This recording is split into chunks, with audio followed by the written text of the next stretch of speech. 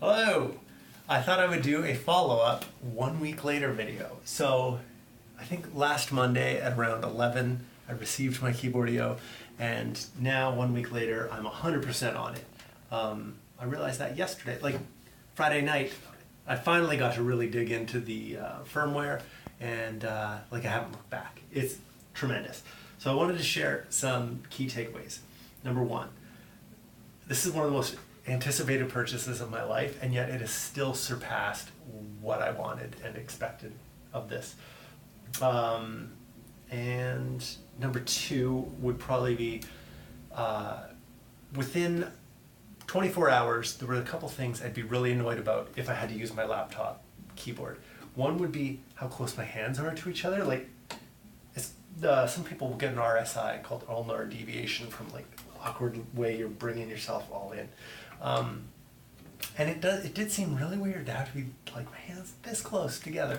So I would say like having a split keyboard, even if you don't want the column thing here, that's a must-have. And then the second, very much related, would be having backspace on the left hand. So if this is too bizarre of a keyboard, I think you should just get one of those split ones, like the Matthias Ergo Pro would be a great choice of having a delete key and a space key. Sometimes it's called backspace. Yeah, that's probably the number one. And then like the number one reasons or things to look for in a keyboard. Those two things are number one. They're tied.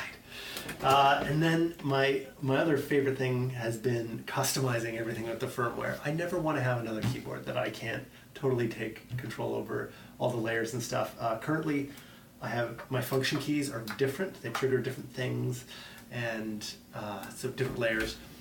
And I've mapped my hyper up here, and you can see when I press it, it lights up different keys. I'm very much looking forward to making a mirror-imaged Colnac that I'm calling Camelot. No, what is it? Camelock? Yeah, Camelock. It's Colnac backwards. And so when I'm pressing this innermost thumb key, it's going to map this. So looking at it in QWERTY, you got ASDF is home row. Then when I push this down, it'll be the index will be doing J, K, L, semicolon, but the Colnac version of that. And I hope that makes things a little nicer in the day-to-day. So I'm still nicer for one-handed typing, that is. So I'm still getting used to some of the things, like I'm very much a one-handed keyboard user when I'm in Photoshop. So there's little quirks and learning curve on that stuff, but overall 10 out of 10. I hope to do another follow-up video as well. And the link to my firmware in the description.